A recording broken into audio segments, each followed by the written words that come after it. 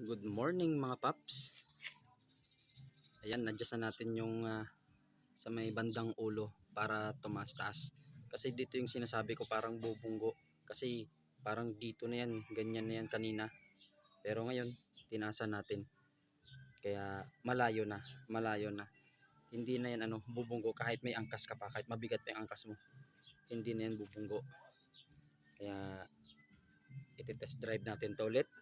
At abangan nyo kung ano ang masasabi natin sa shock na to, MHR Racing.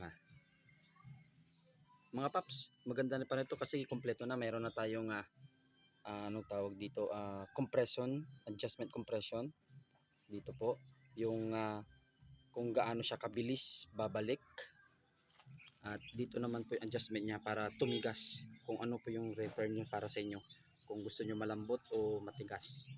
Dito pipihitin lang natin to, may gamit lang to paps, kukunin lang natin mga paps.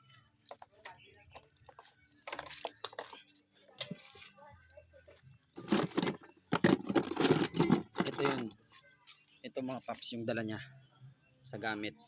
Dapat isi-center stand mo muna siya at ilalagay mo rito, tsaka pipihitin natin.